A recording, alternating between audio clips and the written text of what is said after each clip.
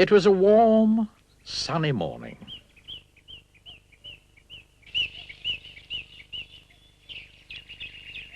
In his small house at the other side of the wood, Mr. Tickle was asleep.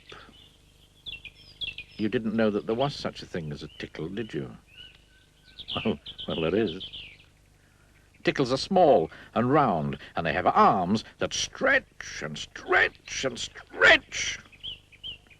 Extraordinarily long arms. Mr. Tickle was fast asleep. He was having a dream. It must have been a very funny dream, because it made him laugh out loud. And that woke him up.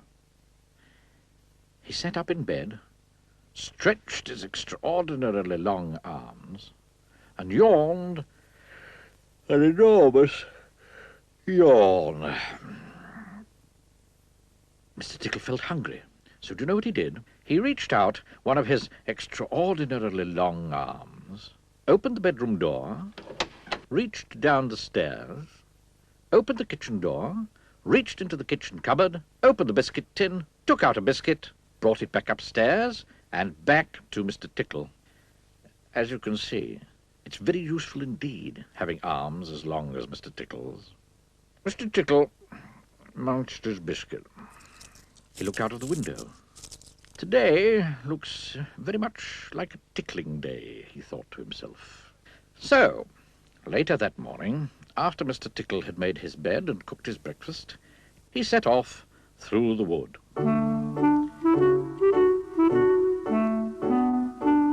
As he walked along, he kept his eyes very wide open, looking for somebody to tickle, looking for anybody to tickle.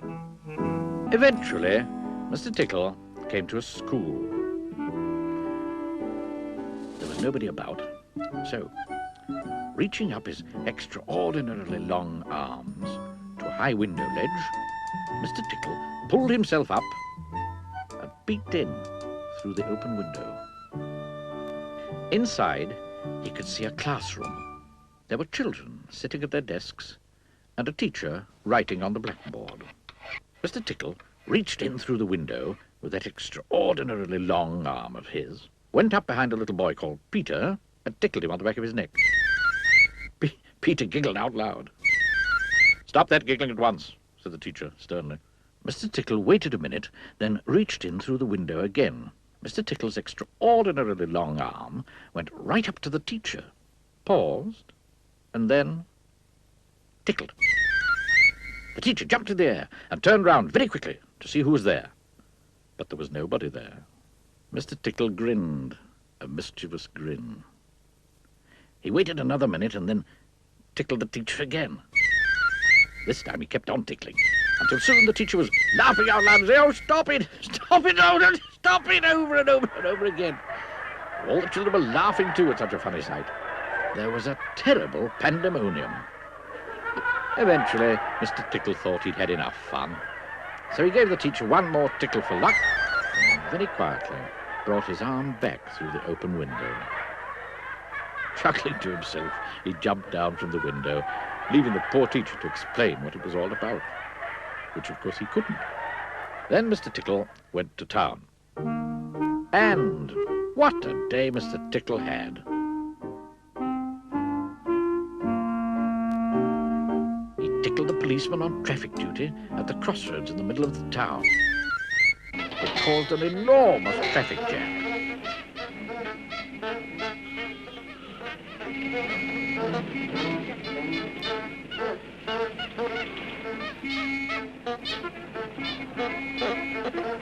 He tickled the greengrocer just as he was piling apples neatly in his shop window.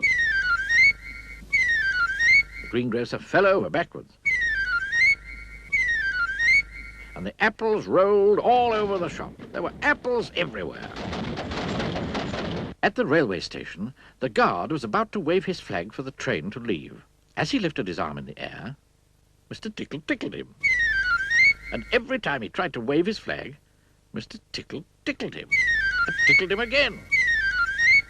Until the train was 10 minutes late, and all the passengers were absolutely furious.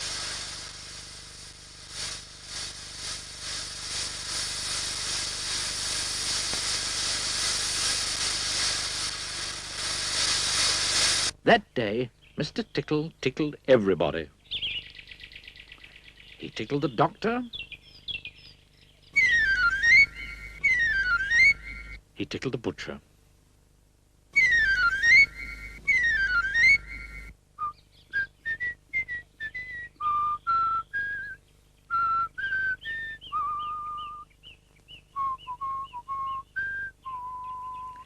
He even tickled old Mr. Stamp, the postman,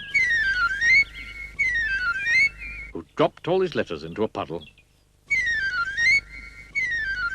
Then Mr. Tickle went home.